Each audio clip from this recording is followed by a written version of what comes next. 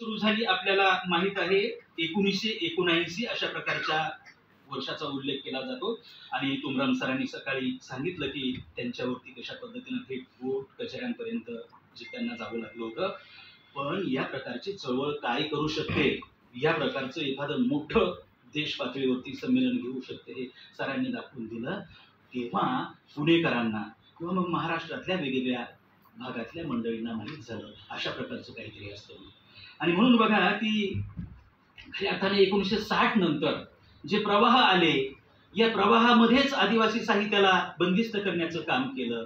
आणि आदिवासी साहित्य असतं का, कारण त्याला लिपी नाही वगैरे वगैरे खूप काही बोललं जाऊ लागलं.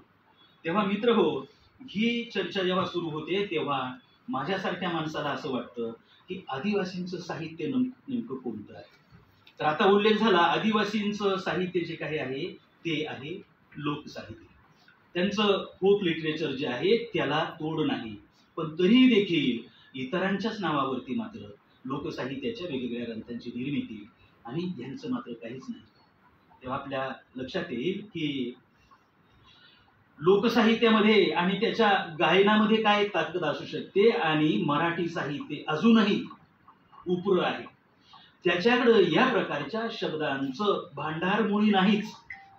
म्हणजे आदिवासी जमातीमधली एखादी स्त्री बघा, ती सासू आहे आणि इथे भगिनी आहेत, तर सासवांची भूमिका त्या कशा पद्धतीनं म्हणजे आपल्याकडे पार पाडली जाते, तेव्हा कजात सासूचं ते उदाहरण सगळीकडे सांगितलं जातं.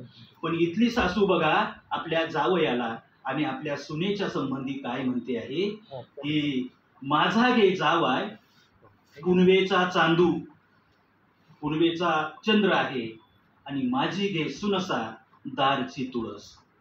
या प्रकारच्या उपमा आल्याच नाहीत मराठी साहित्यामध्ये. अजून त्या अनपड बाईनं